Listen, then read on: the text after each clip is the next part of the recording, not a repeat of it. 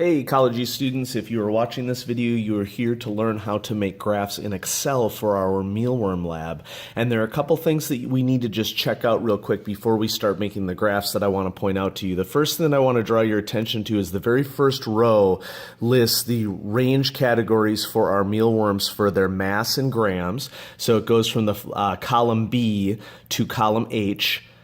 And then there's also a range for the length of our mealworms in centimeters from 2.5 to 3 centimeters to 5.6 to 6 centimeters, columns I through O.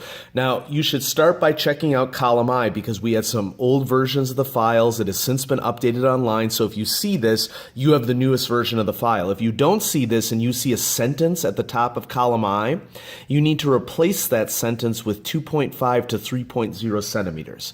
I also want to draw your attention to column L, and if you go to the very last row in column L, you're going to notice that you see a number 14 there. Now, it could be that in your file, the number 14 is one line below all the other numbers. That is an error. It should not be that. So if you see line 14 down below, you need to cut it, Command X, and paste it, Command V, into its appropriate row. And if you get some error about the formula not working out, so long as the number 14 is there, that should be okay. If you have any problems, let your instructor know. Now, let's talk about making graphs in Excel. Making graphs in Excel is actually a lot easier than making graphs in numbers. And so I'm going to encourage all students to make their graphs in Excel instead of numbers. And if you have to download Excel to your machine, Excel to your machine, you're going to save a lot of time by doing it through Excel.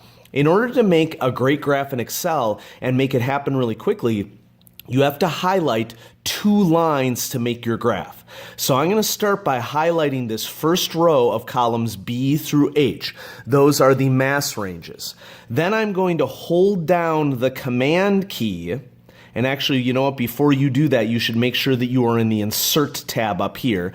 I'm going to hold down the Command key and highlight the bottom row with the numbers. So if you've done this correctly, you should see 2 rows highlighted, both the masses in grams and the numbers down below.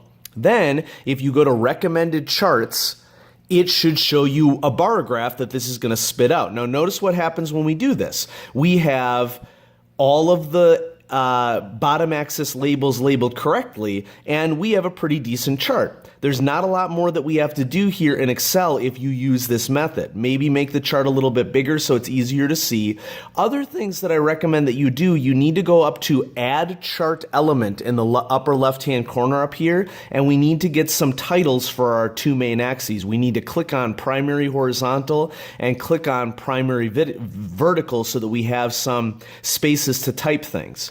I'm going to highlight the y-axis, and I'm going to type number of mealworms because that is what we are counting with our bars. Enter. Whoops, not enter. Just click off of it and it should be just fine. And then click on the axis title for the x-axis and highlight it to replace all the text. And then this is going to be mass range of mealworms. And we're going to go ahead and put a G in there for grams.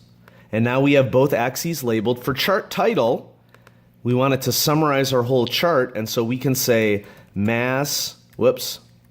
number of mealworms of certain or specific mass ranges. Folks, there could be a dozen different possible logical titles for a graph. You just need to make sure that your title describes what the graph is describing so everybody understands what you're talking about. There's also one more thing that you can do down here. If you click on these numbers down here that specify the number of grams, you can also, under text options here, well, actually, you know what? Let's go ahead and left click on it. Format chart area. Here we go. And there should be a feature that you can select over here that will change the alignment. If we go to text options, I think, yeah. Go to text options and click on this bold letter A in the middle. No, my bad, one over. And it will tell you there's a tab that you can click on for text direction. And if you click on horizontal and turn that to rotate all text 270 degrees, Well, it didn't happen. I didn't have it selected. You have to have this selected in order for it to work. And then rotate all text 270 degrees, you can see that it'll fit nicely in the chart area, and then you can make it as big as you want. You can go through here and highlight and change the font size for these different things. Your advanced computer users, you can figure out how to do that, but that's how you make a chart in Excel. It's pretty simple in Excel. Numbers, I would recommend that you don't use numbers, okay?